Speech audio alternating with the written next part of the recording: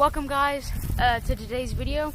Today I'm going to be showing y'all how to primitive snare and trap, and also I'm just going to show y'all some like survival tips along the way. But when I say primitive snare, I mean like I'm going to use wire, because realistically if I was in a survival situation, of course I would try, yet realistically you cannot find any vines or besides poison ivy in Texas, and I'm not dealing with poison ivy because I already have it and it sucks. So I'm going to be using some wire, but I am going to tell y'all how to, one, try to catch something with just a trail and no bait, and two, I'm going to try to tell y'all how to catch something with bait that you find out here and what to use as bait for what you're trying to catch. And also, like I said, I'm going to show y'all some wild edibles that I find and stuff like that. Let's get into it. Okay guys, so the first thing I try to do is hide my snare. Now you can obviously still see it, and if you can, it's right there. And I tried to pick like a little rabbit path, because with this one I'm going to try to catch a rabbit.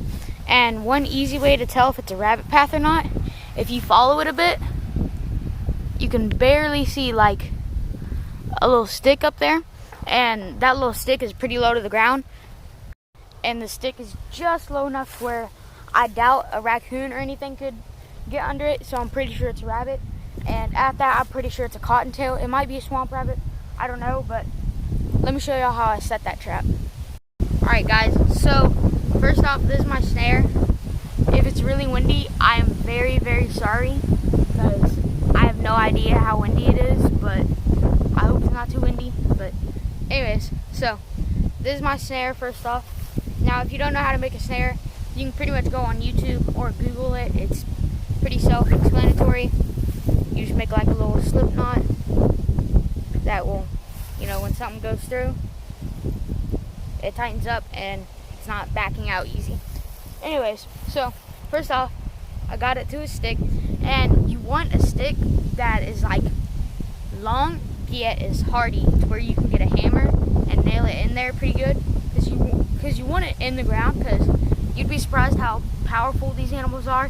Like, if their life's on the line, then, you know, they can get pretty strong with adrenaline. And so I try to just look for a trail like I showed y'all, and there's quite a few of them. I'm in this like field kind of, and I just walk along the like wood line, and you'll see in the tall grass little trails. And you get your stick, set it right on the side, you leave this open, and that's how you do it with no bait. That's the easiest way. Now with bait is a lot easier, especially if the bait is like peanut butter, corn, like hard corn, like deer feed corn. That's really good, and also like peanut butter is really good.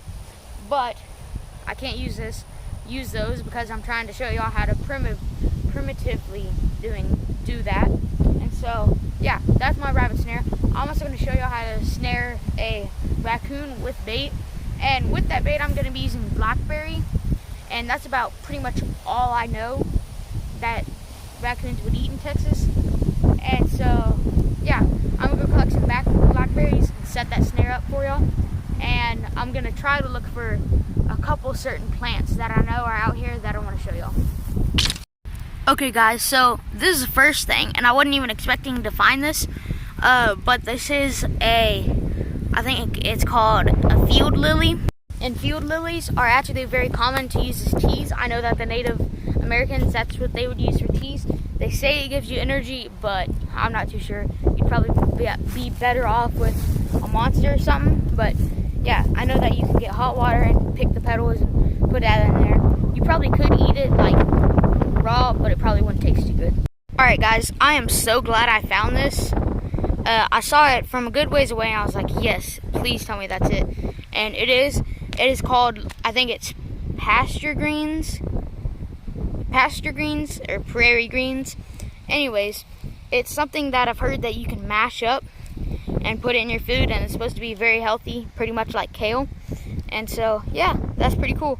I've never really seen it, and I was out in this field and I thought, you know what, let me really try to look for it, because I feel like it'd be cool. Alright guys, so this is the last plant I'm going to show y'all. and this is called bedstock. And by bedstock, I kind of think they mean like riverbeds, because this was found like in this old creek bed. And yeah, I've heard, now I'm not being for sure about this, but this is what I've heard. I've heard that you can grind this up and put water with it, make it like real moist, and like put it in your lip and stuff. That's what they used to use to like calm your stomach. So yeah, that's my last little tip, and I'm gonna show y'all finally how to trap. Alright guys, so this is my raccoon trap, or my raccoon snare.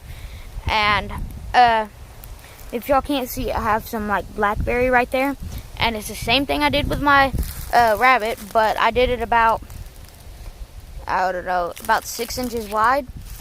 And I'm trying not to touch it, because, you know, like, I feel like rabbits can have pretty good sense of smell, or not rabbits, raccoons, because they're like there to eat. So yeah, so I don't want to touch it, because I feel like they can kind of smell rabbits. They're just going to be running through there and stuff, so that didn't really matter. And I said that last thing was going to be my last thing I'm going to show y'all, but I see one more, and it's called a honeysuckle. Now if you live in Texas, most of the time you know what a honeysuckle is, and they're very, very delicious. Alright guys, so this is a honeysuckle, and they grow on like vines and stuff all in the forest. And how you get their honey is you'll find like a little string after you pluck them, and then once you squeeze it out, you can see on that little string, it'll focus, you see that little dot? That's like a sugary water, and it just tastes like sugar.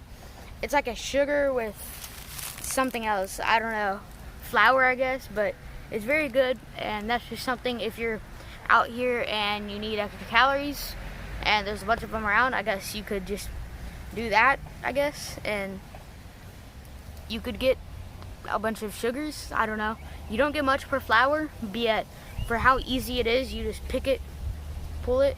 I mean, it's pretty fun. And I remember as a kid, this would be like candy to us. So yeah, that's the end of the video. Now if y'all like the video, please subscribe, and I will see y'all, I guess, my next video.